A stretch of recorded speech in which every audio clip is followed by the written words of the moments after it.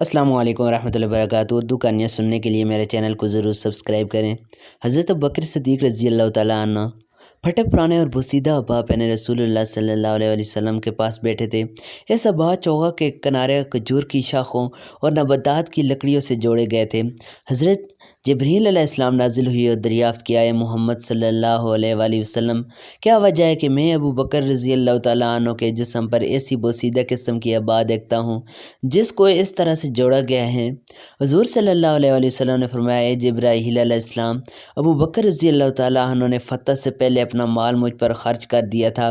جبریل علیہ السلام نے فرمایا، اللہ تعالیٰ آپ صلی اللہ علیہ وآلہ وسلم کو سلام کہہ رہے ہیں اور آپ صلی اللہ علیہ وسلم سے فرما رہے ہیں کہ آپ صلی اللہ علیہ وسلم ان سے پوچھئے کہ کیا وہ اس حالت فقر پر اللہ سے خوش ہیں یا ناخوش۔